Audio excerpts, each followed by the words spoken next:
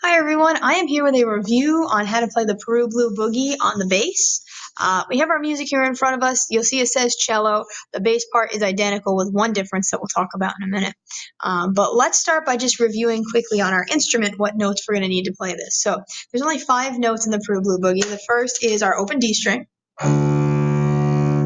The second note is E, one finger on the D string, and of course we're going to have our thumb right back here on our little dot in between our first and fourth finger so that we are able to reach all of our notes. So our first finger on the D string is E. We're also going to need F sharp, which is 4 fingers, our open G string, and lastly we're going to need our open A string. So if we start by looking at our notes, we actually have 8 full beats of rest at the beginning. We have 2 whole rests, which are 4 beats each. There's going to be an introduction there where we're not going to play, so we don't have to worry about that. And then we come in with our first note right here. Now this is living on the 3rd line. That note is open D. We've seen that note plenty of times before, probably are pretty good on that one. And we play 1, 2, 3, 4, 5 Ds. Okay, so we're going to play that together here. And using nice full bows, staying in the sweet spot. After we play those 5 Ds, we actually said that the exact same thing happens. We play 5 more Ds. Let's do it just for practice here. 5 more Ds.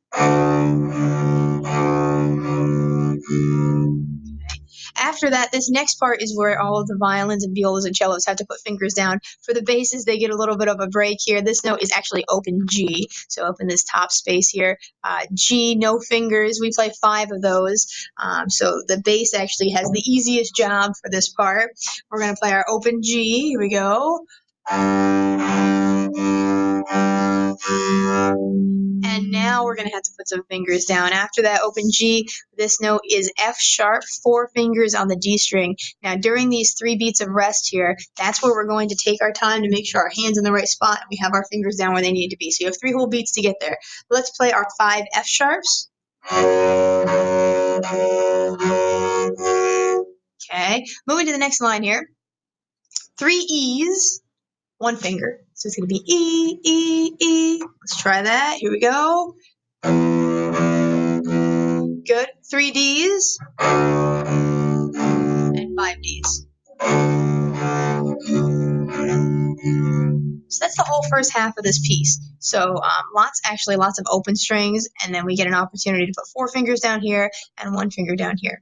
Let's play this all in time, meaning we're going to play all the notes, but also observe the 3 beats of rest in between, or down here 1 beat of rest, so we can practice getting our fingers down in time, changing our bow in time, and all of those things. So I'm going to set my bow in the sweet spot. I'm going to get my hand ready because I don't need fingers yet, but I need to be ready for when it's time to put fingers down. And we're going to 1, 2, ready, go. Rest, rest, rest. Over to the G. 4 fingers down for F sharp. 3 E's. 3 D's. 5 D's. Nice job. Excellent.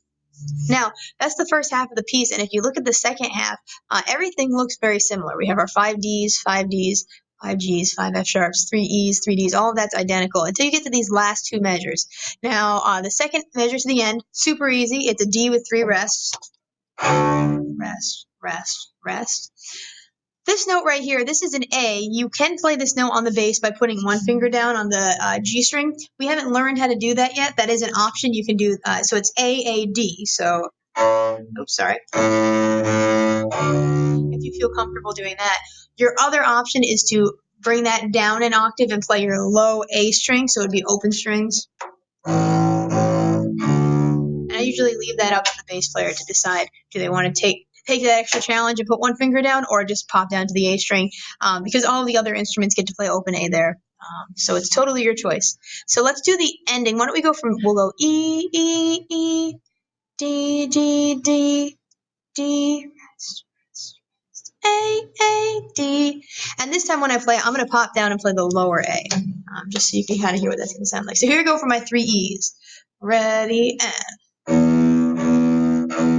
D's. Here's the ending. It's different. We, A. Very good. So that's the whole Peru Blue Boogie. If you go on YouTube and you type in Peru Blue Boogie on the search bar, the first thing that comes up is this video right here. This is a recording of what the Peru Blue Boogie sounds like. It's kind of fun to get to play along with this. And I'm not actually going to play the music right now, but if you go into it, I'm just going to show you really quick. Pause it, if it'll work for me here. And you go to settings and playback speed. You actually can change the speed at which the video plays. So the normal speed is faster than what we just did. What we just did is close to 0.75. Most people find 0.5 is very, very slow. It's too slow to play with. But 0.75 is an excellent tempo and excellent speed for a beginner. So I would recommend maybe starting with that, then bumping up to normal, and then if you feel like you really have it down, going to 1.25. That's kind of a fun challenge to see if you can do that. There's one other thing I wanted to show you in this Peru Blue Boogie, and that has to do with bowing direction. So you can't really see my bow with the video right now. The base is so big, it's hard to get it all in the picture. But there's 2 ways that we can move our bow. We can go this way from the frog towards the tip. That's called a down bow. Or you can move from the tip end towards the frog. That's called an up bow. I know it's just side to side for bass. The names were kind of named after the way it looks when you play a violin or a viola. And the symbol for a down bow is right here above this first note. The symbol for an up bow is a V. We don't have any of those in the Peru Blue Boogie. But typically, when we play, we alternate. We go down, up, down, up, down. And that's what happens here at the beginning. We play down, up, down, with our D's. But after we played this down bow, we see that they've asked us to do another down bow afterwards. And so we have to do something called a retake. Okay, so when I play, I'm going to go D, D, D, D, D, and my next note needs to be another down bow. So I'm going to pick my bow up off the string and bring it back to the frog to be ready to play another down bow. So I'm actually going to lower this just for a minute so you can kind of see what I'm doing here. I'm going to go pick it up and bring it back.